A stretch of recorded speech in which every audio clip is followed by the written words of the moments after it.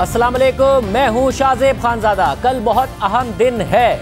वज़ीर आज़म कौमी असम्बली से एतमाद का वोट लेंगे और हुकूमत पूरा एतमाद है कि उनके 172 नंबर्स पूरे हैं, बल्कि उससे ज़्यादा हैं, क्योंकि वज़ीर आज़म को एतमाद के वोट के लिए 172 अराकीन की हिमायत चाहिए। वज़ीर आज़म की सरबराही में पार्लिमानी पार्टी का इजलास हुआ, जिसमें इत्तेहादी भी शरीक हुए और इस इजलास के बाद मीडिया से बात करते हुए वफाकी वज़ीर इत्तलात शिबली फराज ने कहा कि इजलास में इत्तेहादियों समेत 177 अराकीन कौमी असम्बली ने शिरकत की। 1-2 अराकीन नहीं आ सके, मगर वो भी कल आ जाएंगे। 177 के करीब थे, तो जो बाकी थे 2-3 हैं वो भी आ जाएंगे और हमें 172 चाहिए। इसके अलावा चेयरमैन तहरीक इंसाफ ने अपने अराकीन असम्बली को खत लिखा है, जिसके मुताबिक कल कौमी असम्बली से अदम हाजिरी की सूरत में रुकन के खिलाफ नाअहली की कार्रवाई शुरू की जाएगी। पार्टी हिदायत की खिलाफ वर्जी पर यह एलामिया इलेक्शन कमीशन में पेश किया जा सकता है और गैर हाजिर रुकन के खिलाफ आइन के आर्टिकल 63 के तहत एक्शन लिया जाएगा। मगर कल के इजलास से पहले अपोजिशन ने एक बड़ा फैसला कर लिया है। पीडीएम कल होने वाले इजलास में शरीक नहीं होगी। वज़ीर आज़म के लिए एतमाद का वोट लेने के लिए कौमी असम्बली का जो कल इजलास बुलाया गया है, बेख्तिलाफ का कोई रुकन कल के इजलास में शरीक नहीं होगा। अदम एतमाद सेनेट के इलेक्शन में जनाब यूसुफ रज़ा गिलानी साहब की कामयाबी की सूरत में हो चुका है। अपोजिशन की अदम शिरकत के बाद इस इजलास की कोई सियासी अहमियत नहीं होगी। पीडीएम के इस फैसले पर रद्दअमल देते हुए वफाकी वजीर फवाद चौधरी ने कहा कि सुना है कि पीडीएम ने कल के इजलास से दौड़ लगा दी है, इतनी तेजी की भागने में कि जूते भी नहीं पहने। हौसला नहीं है आप में इमरान खान के मुकाबले का। अपोजिशन कल के इजलास में क्यों शरीक नहीं होगी, इस पर बात करेंगे अपोजिशन के रहनुमा एहसन इकबाल से, मगर पहले बात करेंगे इलेक्शन कमीशन और हुकूमत के तनाज़े की। कल वजीर आजम के एतमाद के वोट से पहले हुकूमत और इलेक्शन कमीशन आमने सामने आ गए हैं। कल वजीर आजम ने इलेक्शन कमीशन को चार्जशीट किया, संगीन इल्जामात लगाए और आज इलेक्शन कमीशन ने इसका एक गैर मामूली जवाब दिया है। इलेक्शन कमीशन के एलामिये के मुताबिक सेनेट इंतखाबात के रिजल्ट के बाद मीडिया से जो ख्यालात हमारे मुशाहिदे में आए हैं, उनको सुनकर दुख हुआ। खुसूसी तौर पर वफाकी काबीना के चंद अराकीन और बिलखुसूस जनाब वज़ीर आज़म पाकिस्तान ने जो कल अपने खिताब में फरमाया, इस ज़िम्न में वजाहत की जाती है कि इलेक्शन कमीशन एक आइनी और आज़ाद इदारा है।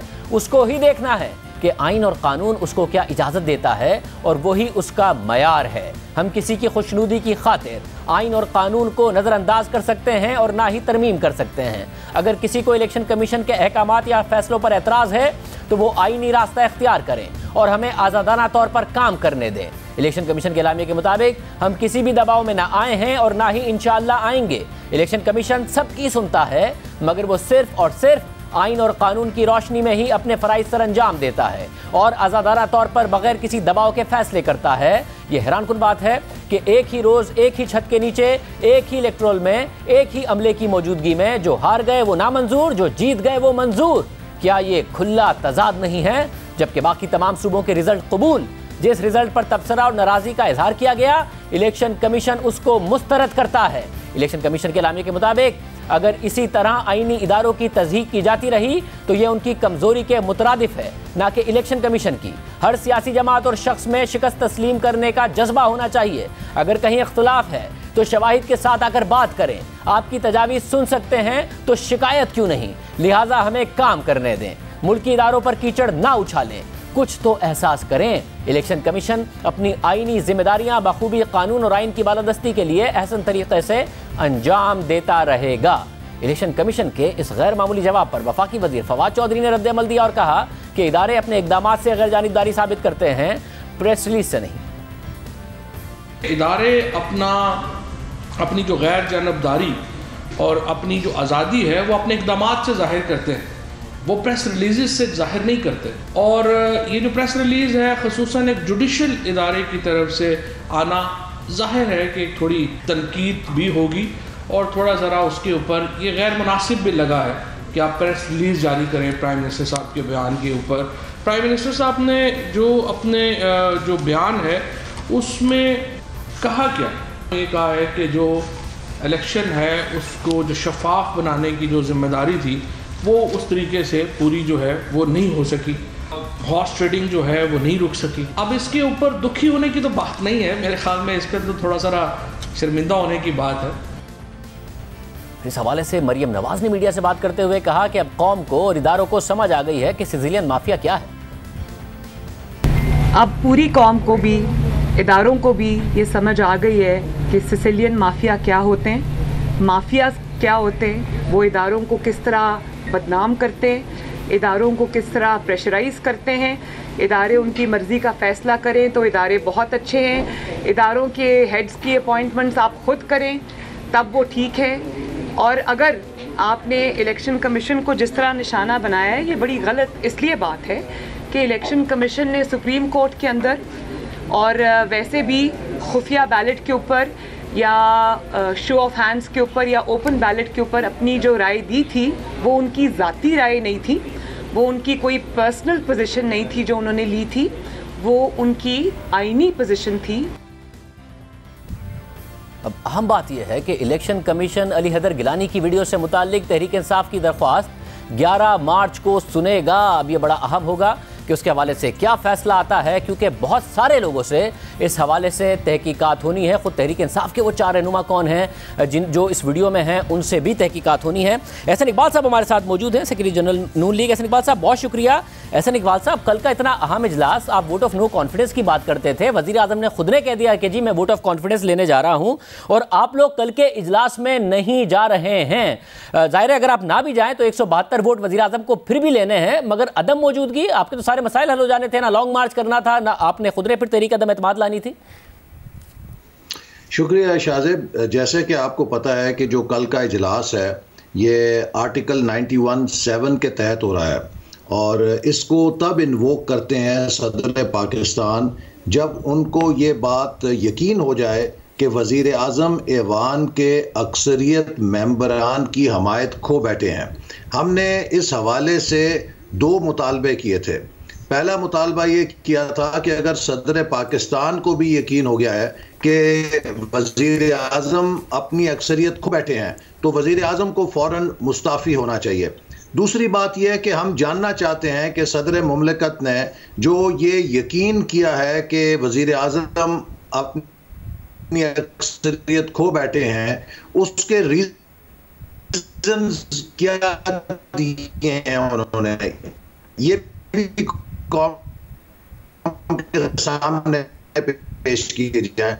देखिए शाहजेब, ये वजीर आजम साहब जो और इनके हवारिया काबीना कर रहे हैं कि बड़ा बहादुर इमरान नियाज़ी साहब और बड़ी बहादुरी कार है वो, मैं ये जान रहा हूँ कि अगर बहादुरी तो उसे वो चिपके रहे ताकि वो सरकारी वसाइल को, रियासती वसाइल को, इदारों को इस्तेमाल करें, उससे अपने अराकीन पे दबाव डालें और उन्हें मजबूर करें कि वो उनके लिए वोट ऑफ कॉन्फिडेंस दें। ये लेवल प्लेइंग फील्ड नहीं थी। एक ऐसा वजीर आजम जिसके खिलाफ सदर मुमलिकत भी तस्दीक कर चुके हैं कि वो अक्सरियत खो चुके हैं, उनको इस्तीफा देना चाहिए था और कॉमन मैन की हैसियत से दोबारा आते ईवान के अंदर और इत्मीनाद का वोट हासिल करते। एक तो सदर मुमलिकत ने अभी तक तो कोई काम किया नहीं ऐसा जो वजीर आजम के कहे बगैर हुआ हो, ना वो इसका इरादा रखते हैं। तो उन्होंने 91(7) के तहत जरूर एक्ट किया है, मगर किया वजीर आजम के कहने पर ही है। और आइन में ये थोड़ी लिखा है कि अगर सदर मुमलिकत एक दफा कह दे तो फिर आपने वोट ऑफ कॉन्फिडेंस लेना नहीं है, आपने रिजाइन करना है। 2 इलेक्शन हुए,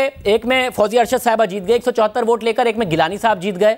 उसके बाद अगर वजीर आजम वोट ऑफ कॉन्फिडेंस ले रहे हैं तो असल में क्या आप लोगों को हैरान कर दिया वजीर आजम ने, और आप लोगों की बिल्कुल तैयारी नहीं थी कि वजीर आजम ये इकदाम कर देंगे, जिसकी वजह से आप लोगों को अब समझ में नहीं आ रहा करना क्या है। हमें कतन हैरान नहीं किया है, क्योंकि जो उनकी खातून नशिस्त पे कामयाबी हुई है वो एक नई खातून मेंबर हैं जो इलेक्ट हुई हैं। इस हफीज शेख साहब की सीट की अहमियत ये थी कि और हकी पॉलिसियां टेस्ट पे लगी हुई थी। तो दरअसल अराकीन असेंबली ने और खुद हुकूमत की जमात के अराकीन ने हुकूमत की मुआशी पॉलिसियों के खिलाफ वोट दिया और उन्हें मुस्तरद किया। यही वजह है कि this was almost like defeat of finance bill. ये हुकूमत की मुआशी पॉलिसियों की शिकस्त थी, जिसके बाद वजीर आजम को अगर उनके अंदर कोई मॉरल स्टैंडर्ड्स होते, या वो फिर एक नए इंतखाबात का ऐलान करते या फिर वो इस्तीफा देकर खुद को कॉमन मैन की हैसियत में आते। आप देखिए यही शख्सियत है कितना मुतालबा किया करते थे कि फलाना इस्तीफा दे, ये हुकूमत के ओहदे पे बैठा है, ये असरअंदाज होगा, इसकी मगरबी जमहूरियत में ये होता है, डेनमार्क में ये होता है, हॉलैंड में ये होता है, इंग्लैंड में ये होता है। तो हॉलैंड और इंग्लैंड और डेनमार्क में ये भी होता है कि जब वजीर आजम कहे कि मेरी इस कामयाबी और नाकामयाबी की जिम्मेदारी अपनी होगी और ये इलेक्शन में हार गया सेनेट का तो मैं नाकाम हूंगा, और जब वो हार जाए तो बरतानिया के अंदर वो 5 मिनट नहीं 5 सेकंड में इस्तीफा दे देता। वो जमहूरियत जिसकी सुबह शाम हमें लेक्चर मिलता है, मिलता है, मगर ऐसे इकबाल साहब, क्योंकि आप ये बरतानिया हॉलैंड की मिसाल वजीर आजम पर रखकर दे रहे हैं, अगर वहां पर किसी सियासी जमात के इत्तेहादी के बेटे की वीडियो आ जाती सामने इस तरीके से तो उस इत्तेहादी को भी इत्तेहादी जमातें छोड़ देती, जो कि आप लोगों ने अभी तक नहीं छोड़ा है। मुझे ये भी बता दें फिर, ये जो जिनका ज़मीर जागा था या फिर जिन्हें जो मुआशी पॉलिसीज़ हैं उनसे बहुत ज़्यादा इख्तलाफ था हफीज़ शेख की, तो हफीज़ शेख साहब को तो वज़ीर आज़म ने लगाया हुआ है ना, और खड़ा भी वज़ीर आज़म ने किया था, तो फिर उनका ज़मीर कल भी जागेगा अगर सीक्रेट बैलेट में जागा था और ओपन बैलेट में वो वज़ीर आज़म के खिलाफ भी जाएंगे और 172 पूरे नहीं हो पाएंगे, या आप लोगों को का होमवर्क सिर्फ हफीज़ शेख साहब की हद तक ही था? देखिए, अगर वज़ीर आज़म मुस्ताफ़ी हो जाते तो मैं आपको दावे से कह सकता हूं कि वो कभी भी एतमाद का वोट नहीं ले सकते थे, लेकिन अब ये एतमाद का वोट वो शख्स ले रहा है कि जो प्राइम मिनिस्टर के ऑफिस में बैठा है, वो सरकारी और रियासती वसाइल को इस्तेमाल कर रहा है। और हमने इस बात पर भी कुछ एतराज़ किया है कि जो वज़ीर आज़म के शिकस्त के अगले दिन कुछ इजलास हुए हैं और कुछ मीटिंग हुई हैं, उसने भी कोई अच्छे मैसेजेस नहीं दिए हैं, और वज़ीर आज़म ने कौमी इदारों को अपनी सियासत में झोंकने की कोशिश की है। तो वो ये नफसियाती तौर पे और अदरवाइज दीगर एजेंसियों के जरिए और हुकूमती वसाइल के जरिए अपने मेंबरान को आप कोर्स कर रहे हैं, उनको दबाव में लाके ऐसे कानून में अगर आप नो कॉन्फिडेंस लाते उस वक्त भी वो वजीर आजम ही होते, तो फिर उस वक्त भी रियासती वसाइल तो इस्तेमाल होते।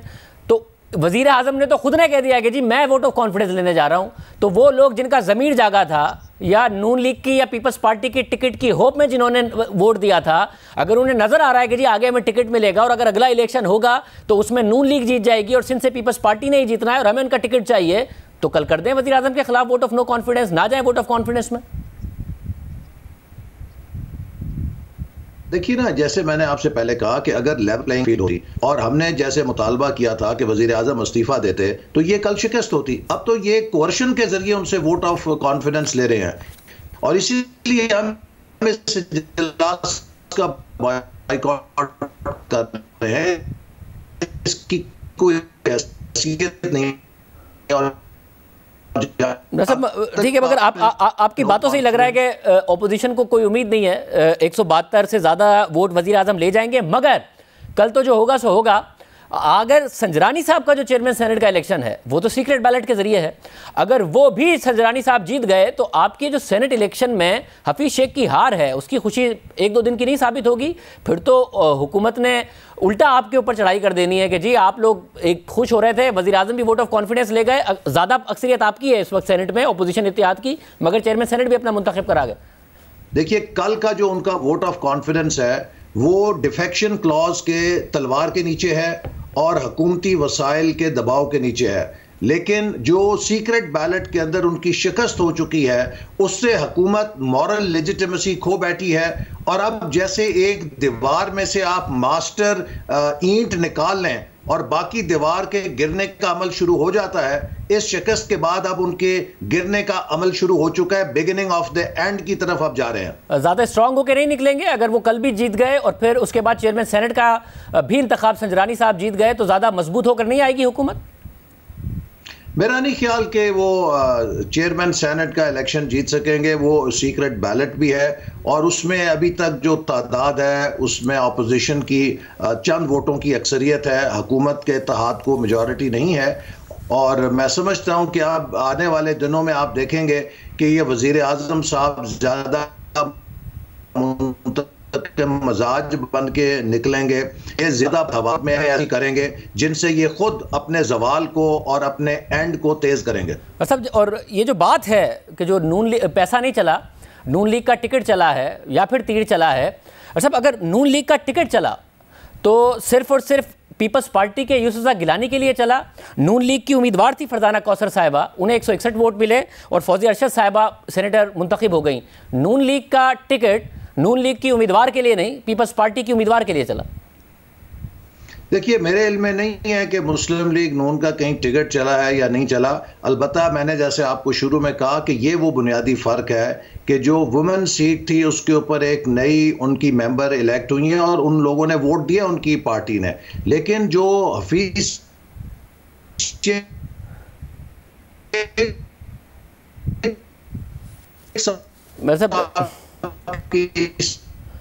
बहुत शुक्रिया हसन इकबाल साहब हमारे साथ मौजूद थे, गुफ्तगू आपने सुनी। हुकूमत का मौक़िफ़ मालूम करेंगे, तैयारी कितनी है। कल वज़ीर आज़म कौमी असम्बली से एतमाद का वोट लेंगे। वज़ीर आज़म ये खुद कह चुके हैं कि उनके 16 अराकीन बिके हैं, मगर वो अराकीन कौन है?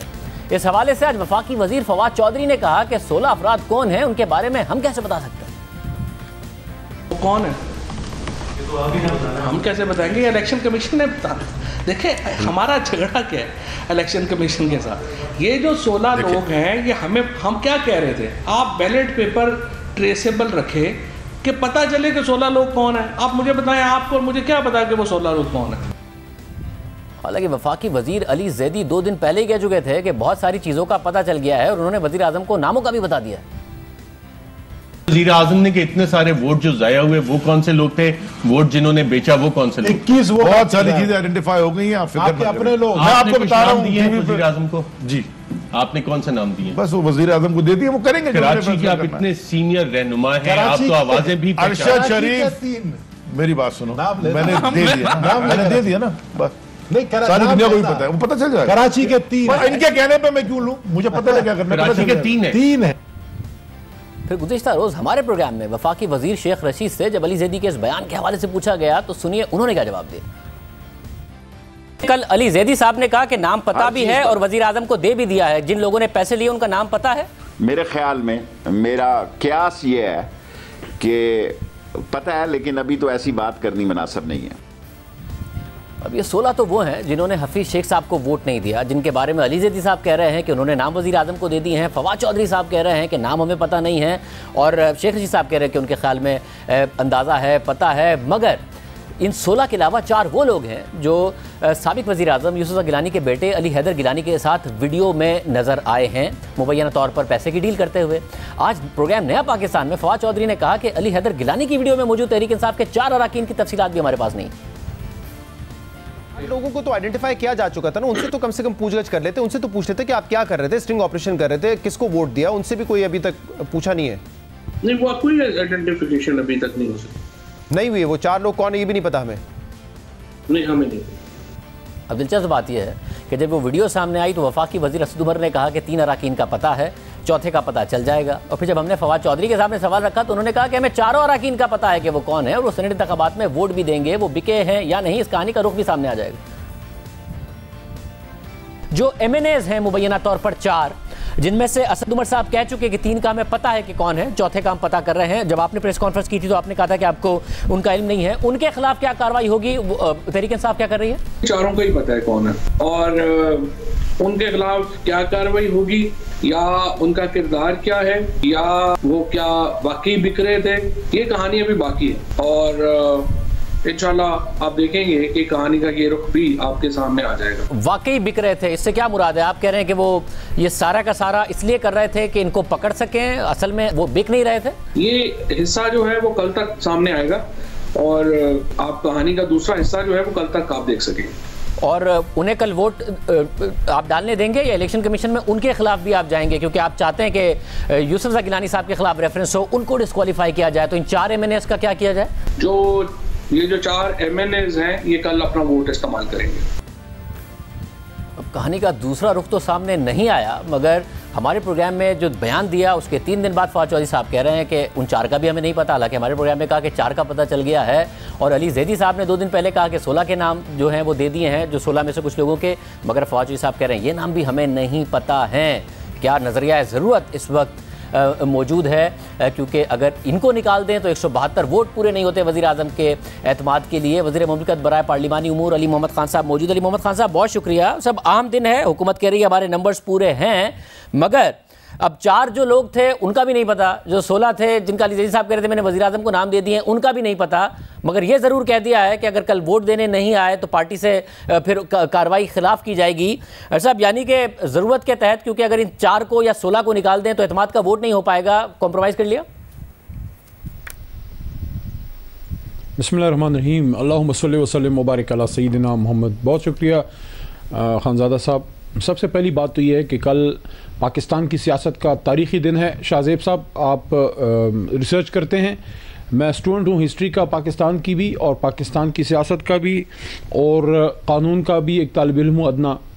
मेरे नॉलेज में ऐसा कोई वाक़या नहीं है कि एक सिटिंग वज़ीर आज़म उसमें इतनी हिम्मत हो और जुर्रत हो कि वो जाके ख़ुद वोट ऑफ कॉन्फिडेंस लेने की बात करे। हालांकि आईनी कानूनी तौर पे कोई पाबंदी नहीं है, अखलाकी तौर पे उन्होंने मुनासिब समझा, वो अखलाकी तौर पे वो अखलाक की वो पैराए वो मयार जो पाकिस्तान की सियासत से पानामा के पानियों में बहा दिया गया, जो पाकिस्तान की सियासत से स्विस बैंक्स में दफन कर दिया गया, जो पाकिस्तान से निकाल के मेफेयर में जो अब रहता है, वो अखलाकियात, उस अखलाकियात की बुनियाद पे इमरान खान साहब ने ये स्टैंड लिया है जो नापैद है। इसलिए आपने पूछा भी, जवाब नहीं आया अपोजिशन से, उनको समझ ही नहीं आ रही ये हुआ क्या।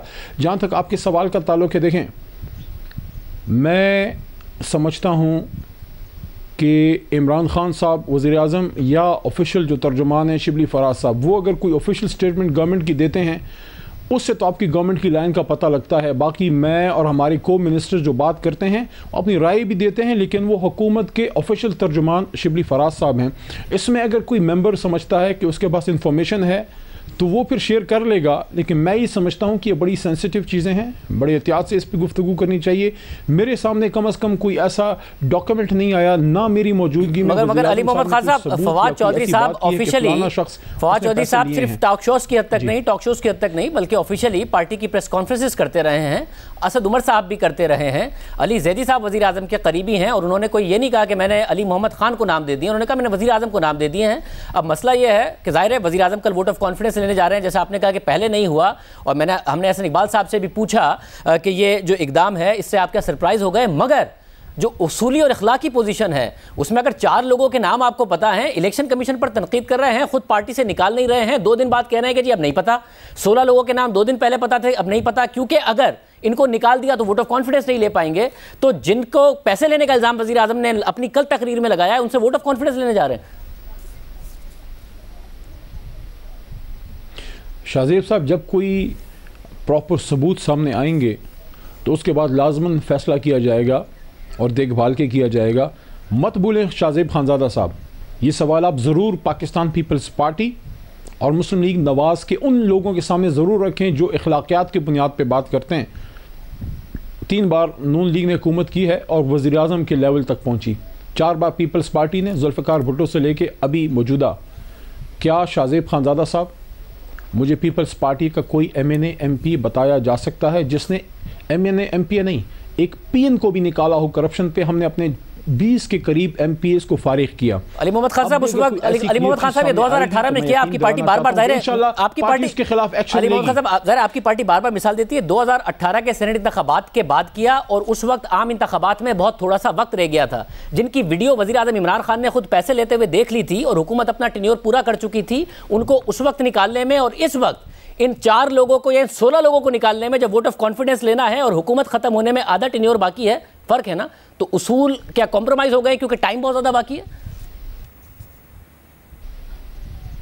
अगर आप वो स्पीच इमरान खान साहब की निकालें, उसमें उन्होंने ये कहा था कि वीडियोस मौजूद हैं, ये नहीं कहा कि मैंने खुद जाके देखी हैं और मेरी आंखों के सामने सारा गुजरा है, उनको बताया गया था कि वीडियोस मौजूद हैं।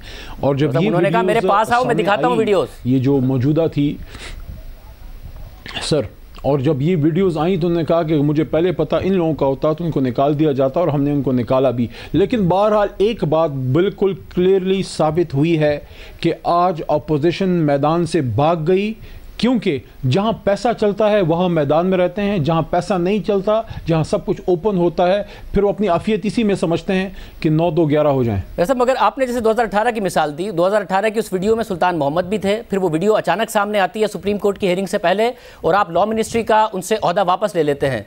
पार्टी से उन्हें भी नहीं निकाला आपने, हालांकि वजीर आजम ने खुद ने एविडेंस देखी है, और फिर वजीर आला खैबर पख्तूनख्वा उनसे मिलते हैं और उन्हें मनाते हैं, फिर वो वोट देते हैं तो वजीर आला खैबर पख्तूनख्वा जैसा कि स्क्रीन पर चल रहा है उनके गले मिलते हैं। मगर इलेक्शन कमीशन पर वजीर आजम इतनी बड़ी जिम्मेदारी डालते हैं कि जी आपने जमहूरियत को नुकसान पहुंचाया, इनको तो निकाल देते। इनकी एविडेंस तो वजीर आजम ने खुद ने आवाम के सामने रखी है।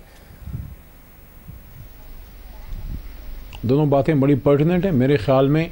अगर सुल्तान मोहम्मद साहब पे एविडेंस कंप्लीट है तो उनके खिलाफ बिल्कुल एक्शन होना चाहिए। मैं आपकी बात से एग्री करता हूं। नंबर 1, जहां तक इलेक्शन कमीशन ऑफ पाकिस्तान की बात है उसमें 2 चीज़ें मैं आपकी इजाज़त से कहूँगा, एक तो आपका सवाल और उसके साथ ज़िम्नी दूसरा जवाब भी।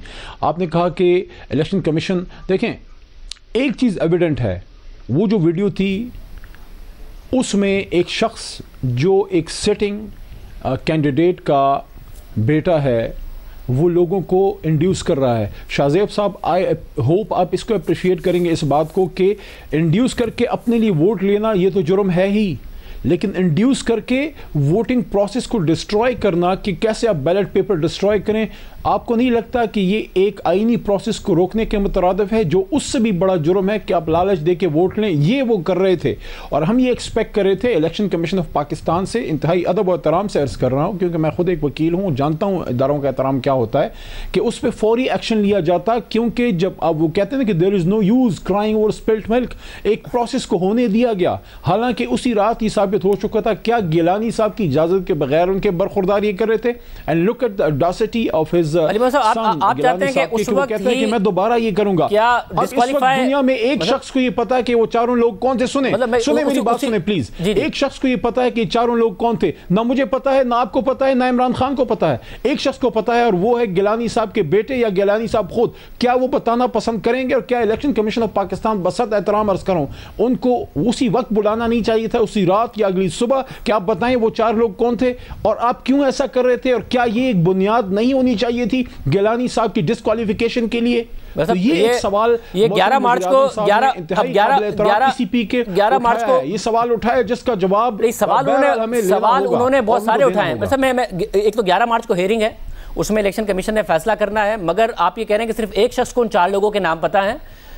पहले दरमियान में ये खबर भी आई, ये स्टिंग ऑपरेशन था, 2 दिन पहले तक। मतलब वोट ऑफ कॉन्फिडेंस डिस्कशन नहीं हो रही, वोट ऑफ कॉन्फिडेंस की कोई डिस्कशन नहीं हो रही। वोट ऑफ कॉन्फिडेंस की खबर, ये मुझे प्लीज ये पॉइंट आपके सामने रखने दें, आप इस पे डिबेट कराइए। मैं एक पॉइंट आपके सामने रखता हूं, इस पे मैंने आप ही के चैनल के हामिद मीर साहब के प्रोग्राम में गुफ्तगू की, जिसमें इंतहाई काबिल पीपल्स पार्टी के वकील सरदार लतीफ खोसा साहब भी मौजूद थे, और वहां मैंने ये पॉइंट रेज किया कि देखें, जब सुप्रीम कोर्ट ऑफ पाकिस्तान, जो पाकिस्तान का आइन की तर्जुमानी, उसकी इंटरप्रिटेशन करने के लिए या ओपिनियन ऑफ लॉ लेने के लिए अल्टीमेट इदारा है, वो जब एक राय देती है तो सुप्रीम कोर्ट की अपनी जजमेंट्स मौजूद है कि सुप्रीम कोर्ट की राय जो है वो ज़ैली इदारों पे बाइंडिंग होती है, जो कि 2004-5 के हस्बा बिल में सुप्रीम कोर्ट ऑफ पाकिस्तान का फैसला है। इसका सवाल के तहत जब हम गए, इन दोनों चीजों का सवाल करने का मौका दीजिए तमाम इदारों को, क्योंकि ये सवाल इलेक्शन कमीशन रखने का मुझे सवाल करने का मौका दीजिए। क्या इलेक्शन कमीशन ऑफ पाकिस्तान को इंतजाम नहीं करना चाहिए था सुप्रीम कोर्ट के उस फैसले की रोशनी में कि वो वोट को ओपन किया जाता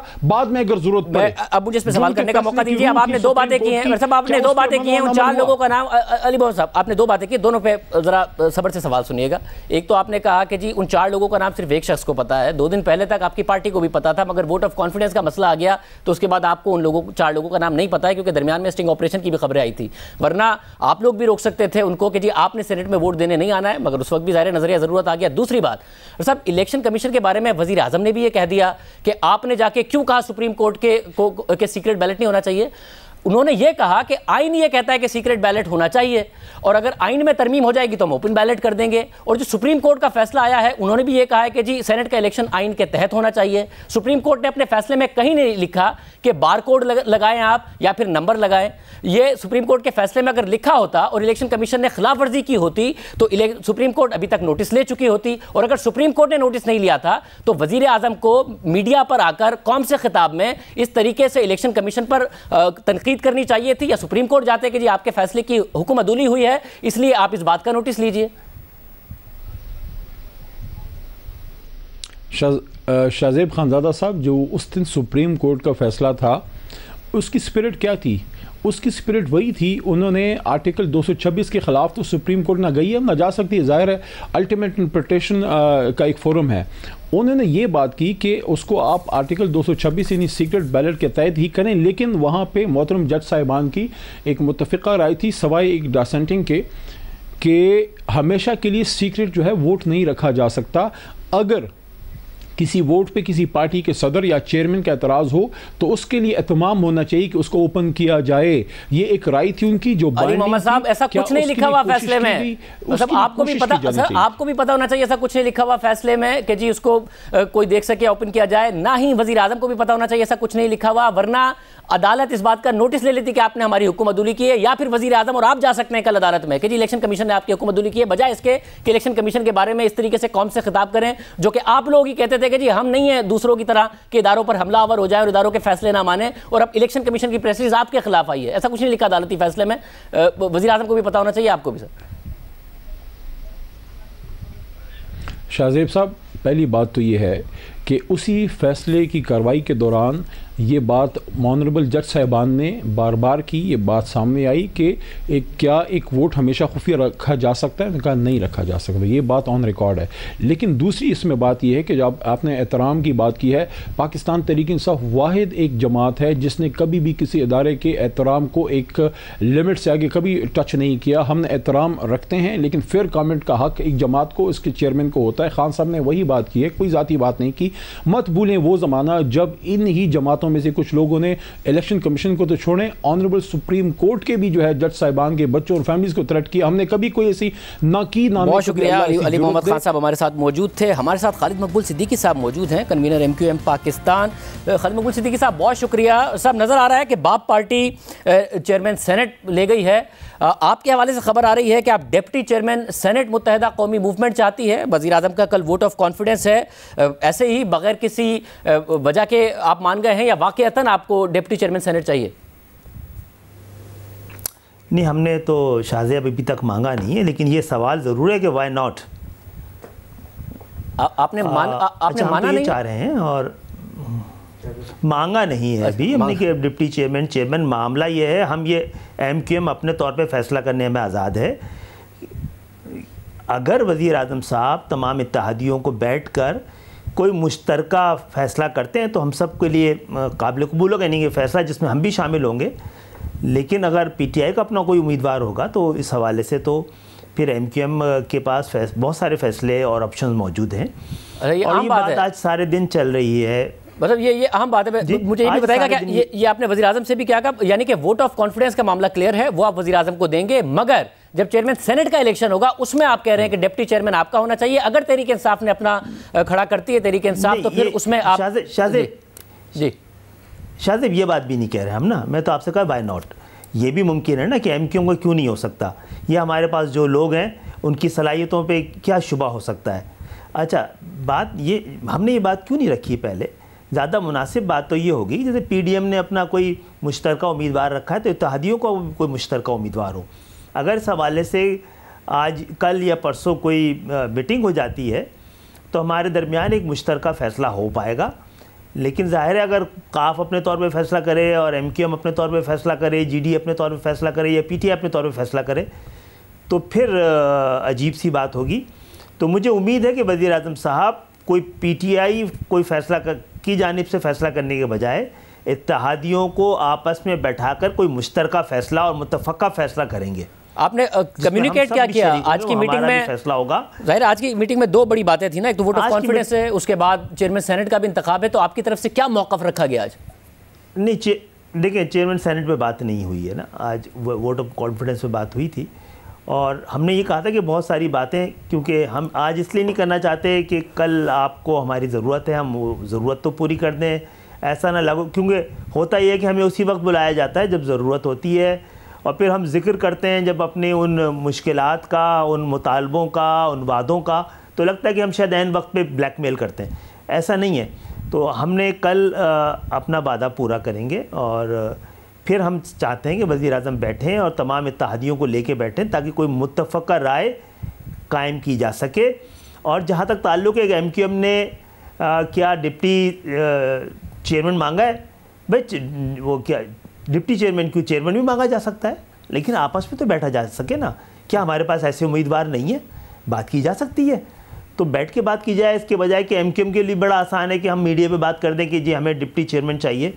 मेरा ख्याल है हमारी जमहूरियत के लिए बात, इस तरह की चीज़ें मुनासिब नहीं होगी। पीटीआई को भी एहतियात करनी चाहिए, अपने उम्मीदवार का ऐलान अलग से ना करे और इत्तेहादियों को बैठकर मुतफ़क्का तौर पर, चेयरमैन का तो हो गया, चेयरमैन को तो वोट देंगे ना आप, या आप चाहते हैं चेयरमैन पे भी आपसे बात की जाए?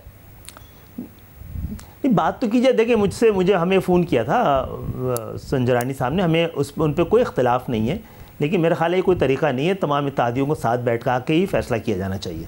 यानी एज ऑफ नाउ एमक्यूएम का चेयरमैन सेनेट को वोट देने के हवाले से आपने अभी कोई फैसला नहीं किया है कि आप संजरानी साहब को देंगे या नहीं देंगे? अब बैठेंगे, वज़ीर आज़म अगर कल हमें लेके बैठते हैं तो हम फैसला करेंगे।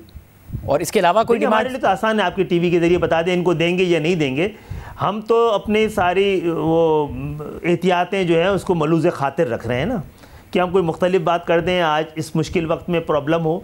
मेरा ख्याल है वज़ीर आज़म शायद उन्होंने भी तय किया हुआ है, उनको भी ये बात, मैसेज तो पहुंचा है, उनको भी ये बात मुनासिब लग रही है कि बैठ के मुश्तरका उम्मीदवार की बात की जाए। उसमें संजरानी साहब भी हो सकते हैं, हमारा उम्मीदवार भी हो सकता है। पिछली दफ़ा बलूचिस्तान से थे सेनेट के चेयरमैन और सिंध के शहरी इलाके जो उसी की तरह महरूम है, उतने ही महरूम है बल्कि उससे ज़्यादा महरूम है, जिनको 11-12 साल से एक नौकरी नहीं मिली है, उनके 1 लाख नौकरियों को जाली डोमिसाइल के ज़रिए खा लिया गया है, जो बिल्कुल एक देहात कराची जैसा शहर जो 60% रेवेन्यू देता है, बिल्कुल एक देहात बन के रह गया, टूटा फूटा लिवेबल सिटी नहीं रह गया है। तो वो भी बहुत, उसको भी ज़रूरत है, उसकी भी नुमाइंदगी होनी चाहिए, उसकी भी महरूमियाँ हैं। तो डिप्टी चेयरमैन एमक्यूएम, मैं तो आपके ज़रिए कह रहा हूँ वाई नॉट, हमने हर दौर में हर बार कुर्बानी दी है, लेकिन मेरा ख्याल है हमारे बारे में भी किसी को सोचना चाहिए। बहुत शुक्रिया खालिद मकबूल सिद्दीकी साहब की गुफ्तगू आपने सुनी। कल क्या होगा, अपोजिशन की जो बॉडी लैंग्वेज है कम से कम उससे नज़र आ रहा है कि उन्हें कोई उम्मीद नहीं है, मगर जो डॉक्टर हफीज़ शेख के केस में हुआ, क्या उसका कोई इम्कान हो सकता है, इस हवाले से हम मज़ीद बात करेंगे ब्रेक के बाद। कल क्या होने जा रहा है, हुकूमत पर एतमाद है। हमारे साथ सीनियर साफ़ी तज़ियाकार हामिद मीर साहब और सलीम साफ़ी साहब मौजूद हैं। हामिद मीर साहब, अपोजिशन कल शिरकत नहीं कर रही है, हुकूमत पर एतमाद है, क्या आपको लग रहा है कोई सरप्राइज़ हो सकता है जैसे डॉक्टर हफीज़ शेख के केस में हुआ, या फिर ओपन बैलेट है, सब लोग आ गए हैं और वज़ीर आज़म ने असल में सरप्राइज़ कर दिया अपोजिशन को, नैरेटिव बनाने नहीं दिया, फौरी तौर पर कह दिया वोट ऑफ कॉन्फिडेंस में लेने जा रहा हूँ? नहीं, इसमें ऐसी बात नहीं है। असल में ऑपोजिशन जो है, मैं अभी थोड़ी देर पहले ऑपोजिशन की कुछ अहम शख्सियात जो हैं उनके साथ बातचीत कर रहा था, उनके पास बैठा हुआ था, तो उनका फोकस जो है वो चेयरमैन सेनेट का इलेक्शन है, उनकी सारी तवज्जो वहां पे लगी हुई है। और दूसरी बात ये थी कि वो ये समझते हैं कि वोट ऑफ कॉन्फिडेंस जो है वो इतना इंपॉर्टेंट नहीं है। अभी यूसुफ रज़ा गिलानी साहब से मैं यही पूछ रहा था, तो उन्होंने कहा कि देखिए वो तो आर्टिकल 91 जो है उसके तहत प्रेसिडेंट ऑफ पाकिस्तान उस वक्त प्राइम मिनिस्टर को कहता है कि वोट ऑफ कॉन्फिडेंस लो जब उसको ये पता लगता है कि जी वज़ीर आज़म के पास वोट नहीं है अरकान की अक्सरियत का। तो इसलिए वो कह रहे थे कि ये इलीगल है जो वज़ीर आज़म बुला रहा है, तो इसलिए हम वहाँ पे नहीं जा रहे और उसको हम लेजिटिमेसी नहीं देंगे। दूसरी बात ये है, मेरा ये ख्याल है, ये तो उनका पॉइंट ऑफ व्यू है, बट मेरा ये ख्याल है कि इसको इसलिए अवॉइड किया अपोजिशन ने कि आर्टिकल 63A जो है उसको अगर आप पढ़े तो उसमें जो अरकान हैं पीटीआई के या वो इत्तेहादी जमातें जो उनको वोट देने का फैसला करेंगी, उनके पास गुंजाइश ही नहीं है कि वो वज़ीर आज़म को वोट ना दें। क्योंकि अगर आप आर्टिकल 63A को गौर से पढ़ें, उसमें लिखा हुआ है ना तो आप एब्सटेन कर सकते हैं, और अगर आप वोट ऑफ कॉन्फिडेंस में वाज़े लफ्ज़ लिखा हुआ है कि वोट ऑफ कॉन्फिडेंस में अगर आप वज़ीर आज़म को या अपनी पार्टी के जो हेड हैं उसके कहने पे आप किसी को अगर आप वोट नहीं देते तो आप डिस्क्वालीफाई हो जाएंगे। तो इसमें अपोजिशन जो है उसने एब्सटेन करके या बायकॉट करके उन्होंने अपने उन अरकान कौमी असम्बली को एक्सपोज करने से बचाया है जिन्होंने के गिलानी साहब को वोट दिया और हफीज शेख को वोट नहीं दिया और जिनका ताल्लुक पीटीआई के साथ था। बट मैं ये समझता हूं कि इससे वक्ती तौर पे इमरान खान साहब को एक छोटा सा फायदा तो होगा, लेकिन सरप्राइज जो है वो मेरे लिए तो सरप्राइज थी इमरान खान की तकरीर और फिर इलेक्शन कमीशन ऑफ पाकिस्तान का रिएक्शन। यानी कि अपोजिशन के साथ इमरान खान की इस वक्त लड़ाई नहीं चल रही, आज के दिन जो उनकी लड़ाई है वो इलेक्शन कमीशन ऑफ पाकिस्तान के खिलाफ है।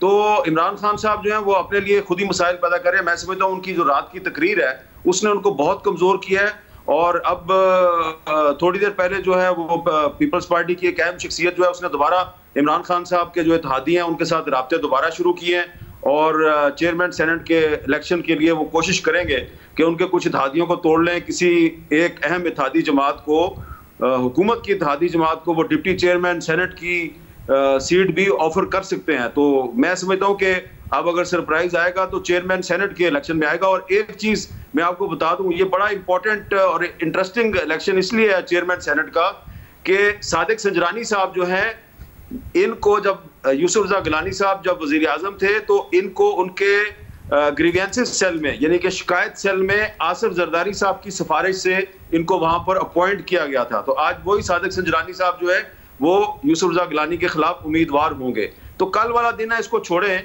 असल सरप्राइज जो है वो हो सकता है कि चेयरमैन सेनेट के इलेक्शन में मिले। साफी साहब, आपको क्या नजर आ रहा है कल का दिन? उस पर तो लग रहा है कि जैसे ऑपोजिशन वॉकआउट भी कर रही है या बॉयकॉट भी कर रही है, और नजर आ रहा है कि वजीर आजम जीत जाएंगे, वोट ऑफ कॉन्फिडेंस ले जाएंगे। आगे भी कहीं हुकूमत अपसेट करेगी या क्या होगा? शाहज़ेब, कल के दिन में तो कोई शक नहीं है कि वो एतमाद का वोट हासिल कर लेंगे, क्योंकि ये वो मामला है जिस तरह मीर साहब ने फरमाया कि उस पर डिफेक्शन क्लाज अप्लाई होता है, और अगर कोई पार्टी डिसिप्लिन की खिलाफ वर्जी करे तो वो डिस्क्वालीफाई हो सकते हैं। तो इसलिए कल वाला तो ये एतमाद का वोट तो ऑब्वियसली वो ले लेंगे, लेकिन जो कुछ हुआ है और हो रहा है उसके बाद मेरे ख़्याल में इस हुकूमत की सफ़ों में कभी एतमाद नहीं आ सकता, और उसकी जो है पाँव वो उखड़ गए हैं पहली मर्तबा। दूसरी बात ये कि मेरे ख़्याल में जिस तरह ये जो एपिसोड गुज़रा उसमें बिलावल साहब ने और उनकी टीम ने बहुत स्मार्टली प्ले किया। इमरान खान साहब और उनके लोगों ने तवज्जो मरकूज़ रखी ज़्यादातर सूबों पे, और ज़्यादातर अरबपति और करबपति उन्होंने खैबर पख्तूनख्वा में और बाकी सूबों में मैदान में उतार दिए। लेकिन बिलावल साहब और उनकी टीम ने सारी तैयारी और होमवर्क किया था यहाँ पे मरकज़ में। इसी तरह मुझे अब लगता है कि एक तो जिस तरह मीर साहब बता रहे हैं कि असल मुकाबला चेयरमैन सेनेट के मैदान में होगा, लेकिन मुझे लगता यही है कि इधर हुकूमत को इंगेज रख के शायद अपोजिशन और PDM की अगली वार जो है वो पंजाब में होगी उस्मान बुज़दार पे, और उधर नो कॉन्फिडेंस मुँह लाया जा सकता है उनके ख़िलाफ़। हामिद मीर साहब, एक तो चेयरमैन सेनेट के हवाले से अभी हमारे साथ खालिद मकबूल सिद्दीकी साहब मौजूद थे, आपने जो इशारा दिया अगर क्विकली बताएं क्या, क्योंकि खालिद मकबूल सिद्दीकी साहब चेयरमैन सेनेट या डिप्टी चेयरमैन सेनेट के हवाले से कह रहे थे वाई नॉट, क्या अपोजिशन उन्हें ऑफर कर सकती है MQM को? शाहज़ेब साहब, मैंने वो आपका इंटरव्यू सुना नहीं है क्योंकि मैं अभी किसी मीटिंग में था, वहाँ से मैं जल्दी से निकल के आया हूँ आपसे बात करने के लिए। तो वहाँ पर जो है वो जो बात हो रही थी वो हुकूमत की दो इत्तेहादी जमातों के बारे में हो रही थी, क्योंकि आपको पता है कि डॉक्टर फबीदा मिर्जा साहबा जिनका ताल्लुक GDA के साथ है, जो कैबिनेट की मेंबर भी हैं, उन्होंने शिकवा किया कि जो हमारे सेनेट के उम्मीदवार थे GDA के फंक्शनल लीग के, तो उनको PTI के जो MPs हैं सिंध असेंबली में उन्होंने वोट नहीं दिए, और उसकी वजह से GDA के वो उम्मीदवार हार गए हैं। तो वो भी खुश नहीं है। और इसके अलावा जो है MQM जो है वो उसके अंदर ये बात हो रही है कि हमें जो है वो जो इमरान खान साहब की हुकूमत है वो टेकन फॉर ग्रांटेड लेती है। आज MQM के जिस रहनुमा से पीपल्स पार्टी ने रब्ता किया तो उनकी जो आपस में बातचीत हुई है तो वो ये उन्होंने MQM वालों ने कहा कि देखें आप भी जो है वो सिंध में हमारे साथ अच्छा सलूक नहीं करते हैं, और इमरान खान साहब की हुकूमत जो है उसने तो हमें टेकन फॉर ग्रांटेड लिया हुआ है, बस वो जब भी उनको हमारी जरूरत पड़ती है तो वो हमें कॉल कर लेते हैं और हमें समन करते हैं, तलब करते हैं, खुद कभी इमरान खान साहब हमारे पास नहीं आते हैं, या ज्यादा से ज्यादा असद उमर साहब को भेज देते हैं, वो हमारे साथ वादे वईद करके चले जाते हैं। तो और फिर साथ ही साथ फिर ये कुछ वुज़रा जो है वो फिर अपनी गुफ्तगू में प्राइवेटली इस तरह का इंप्रेशन देते हैं कि MQM जो है ब्लैकमेलर है। तो वो कह रहे थे कि ना तो हम ब्लैकमेलर हैं, हम तो मजलूम लोग हैं, हमारा तो कोई मुतालबा भी अभी तक हुकूमत ने पूरा नहीं किया। तो उस पर पीपल्स पार्टी और उनके दरमियान जो है वो बातचीत चल रही है, और उसमें एक मुझे उसका नहीं बस अनफॉर्चुनेटली मेरा वक्त ख़त्म हो गया। सलीम साफ़ी साहब और हामिद मीर साहब, आप दोनों का बहुत शुक्रिया। एक सवाल रह गया था मगर वक्त ख़त्म हो गया है। आपसे पीर के दिन मुलाकात होगी। दादी जी, अल्लाह हाफ़िज़।